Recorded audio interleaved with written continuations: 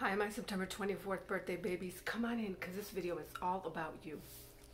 Today, from the Secret Language of Birthdays book, I'm going to be reading you the personality profile for people born on your birthday.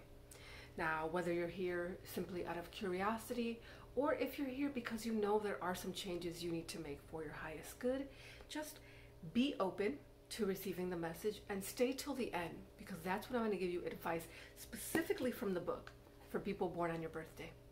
So, let's get into it. All right.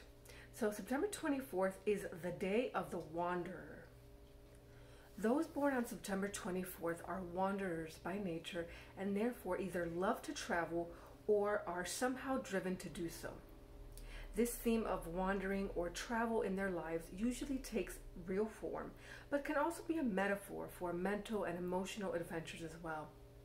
Indeed, the literal and figurative are not mutually exclusive here. Reading, thinking, dreaming, traveling, both physically and psychically wandering. These are the kinds of activities which interest those born on this day. Some September 24th people travel when young and later commit themselves to what appears to be a settled existence. Others get bitten by the bug in their middle years and are capable of dropping everything for the call of the road. Most September 24th people never completely settle down, even though it may be what they think they want most. Often they move on to the next place, person, or project each time thinking that this is finally it, where they want to be for a long time. The more aware individuals born on this day usually come to realize that there is no real permanence for them and that wanderings are due to continue for yet a while.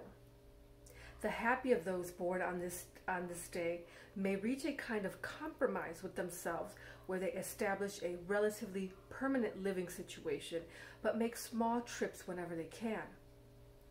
Even when tied down, such September 24th people find an outlet for their restlessness in reading, films, and TV, and also a rich fantasy life.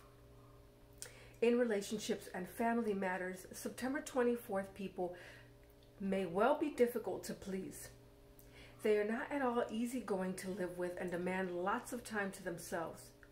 Their mates must be understanding of their need for change and variety, and their often open flirtations and sexual attractions of all sorts. As to this latter area, September 24th people can seek out highly unusual forms of sexual expression, if not in their daily life, then in their reading and mental imaginings. Indeed, those born on this day have little interest in mundane activities or in ordinary people for that matter. September 24th people clearly have a need for greater stability. They must beware of overly intense emotional and mental stimuli that can push them off the deep end. The problem is that their minds are so active and their tastes so out of the ordinary that they have real difficulty embracing any kind of normal lifestyle. Some of them can be space cases with their heads in the stars. Others can be surprisingly together in their technical areas. Often they are a combination of the two. Though they may be known as oddballs to some, they nonetheless make faithful friends with their hearts in the right place. They also bring their sense of enjoyment to bear on most any situation and allow others to enjoy themselves too. All right. So, sorry for my neighbor's dog. You had a really narrowly focused profile. Some people's profiles get a little description of personal life, of relationships, of work, of childhood, adulthood.